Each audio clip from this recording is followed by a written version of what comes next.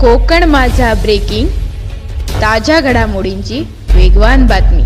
असताना भगिनी समोर जात असताना त्या ठिकाणी लाडकी बहीण ही योजना आणली। ही लाडकी बहीण योजना नसून ती लाडकी खुशी योजना आहे हे तुम्ही लोकांपर्यंत जाऊन सांगा।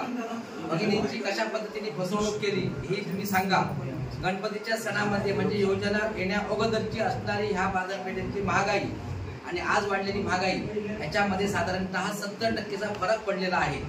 मात्र ह्या ठिकाणी 70% जो घरामध्ये माता भगिनी काम करतात त्या ठिकाणी जेवण करतात मग त्यांची त्यांना काळजी वाटली नाही का हाही मुद्दा तुम्ही भगिनीपर्यंत सांगा। आणि त्यांना तुम्ही असं सांगा की महाविकास आघाडीचं सरकार आल्यानंतर सत्तेमध्ये असताना जे धान्याचे दर आहेत 5 जीवना वस्तूचे दर ते दर 5 वर्षामध्ये आम्ही स्थिर ठेवणार आहोत। त्याच्यामध्ये खालीवर कुठल्याही पद्धतीनं करणार नाही।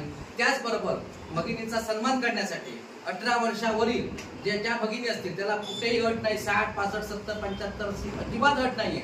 तर सर्वांना महालक्ष्मी योजनेचा त्यासाठी फायदा होणार आहे। आणि कटाक्षाने तुम्ही हा विषय सांगितला पाहिजे की जी कर्जमाफीचा विषय होता, कर्जमाफी ही उद्धव बाळासाहेब ठाकरे सत्तेमध्ये आले त्याच वेळी झाली।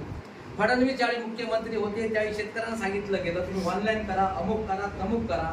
माझं कर्ज किती आहे हे मला माहिती नसतं तर त्या बँकेमध्ये ट्रान्झॅक्शन करणाऱ्या त्या मॅनेजरला माहिती असतं।